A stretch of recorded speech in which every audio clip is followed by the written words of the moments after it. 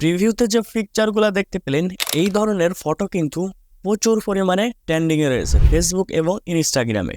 তো আপনার হাতে থাকা নর্মাল ফোন দিয়ে পিক তুলে সেই পিক আবার এই ধরনের প্রফেশনাল লেভেলের এডিটিং আপনি করতে পারবেন জাস্ট ওয়ান ক্লিকে। তো কথা না বাড়িয়ে চলুন ভিডিওটি শুরু করা যাক।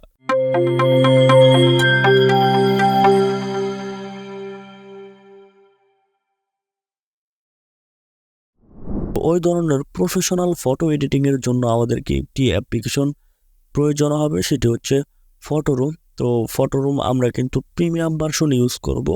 তো চাইলে আপনিও আমাদের টেলিগ্রাম চ্যানেল থেকে ইউজ করতে পারেন।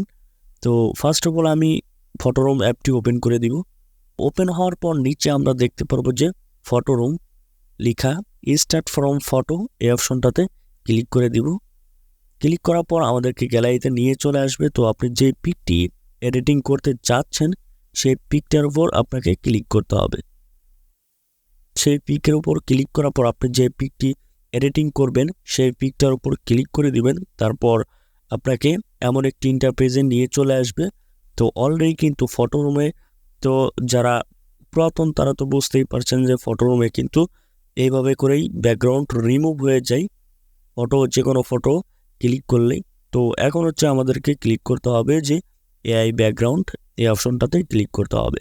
ক্লিক করার পর এখানে কিন্তু আমরা দেখতে পারবো এখানে কিন্তু ব্যাকগ্রাউন্ড সাজেস্ট করতেছে যে ট্রেন্ডিংয়ে রয়েছে যে ব্যাকগ্রাউন্ডগুলা সবগুলা কিন্তু এখানে অলরেডি আমাদেরকে দেখাচ্ছে। তো আমরা হচ্ছে ব্যাকগ্রাউন্ড ক্রিয়েট করব। তো ক্রিয়েট করার জন্য এখান থেকে ক্রিয়েট অপশন এই অপশনটাতে টাচ করে দিব।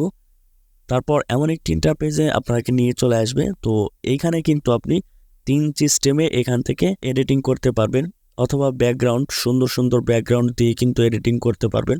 তো আমরা ম্যানুয়ালি করব, সেই জন্য ম্যানুয়াল অপশানে ক্লিক করে দিব।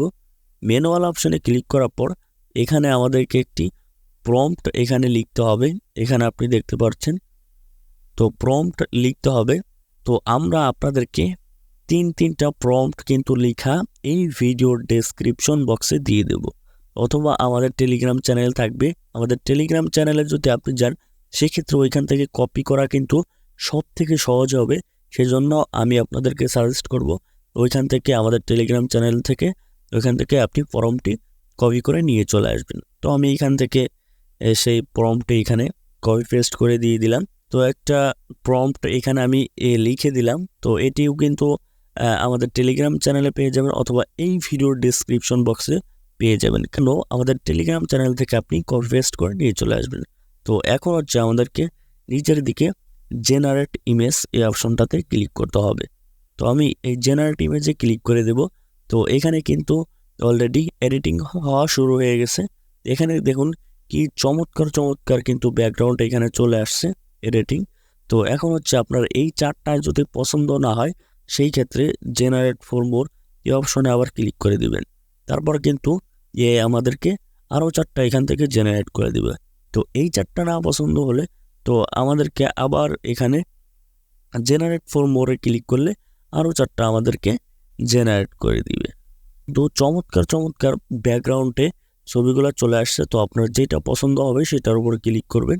তো সেটার উপর ক্লিক করার পর এখন হচ্ছে আমাদেরকে পিকটিকে সেভ করতে হবে। তো সেভ করার জন্য নিচের দিকে আমরা এক্সপোর্ট অপশন পেয়ে যাব। এখান থেকে এক্সপোর্ট অপশনে ক্লিক করে দিব। এখান থেকে এক্সপোর্ট অপশনে ক্লিক করে দিব। তারপর এইখান থেকে আমাদেরকে সেভ টু গ্যালারি অপশনটি দেখতে পাচ্ছেন, এই অপশনটাতে টাচ করতে হবে। এখানে এই অপশনে টাচ করে দেওয়ার সাথে সাথে কিন্তু গ্যালারিতে সেভ হয়ে যাবে।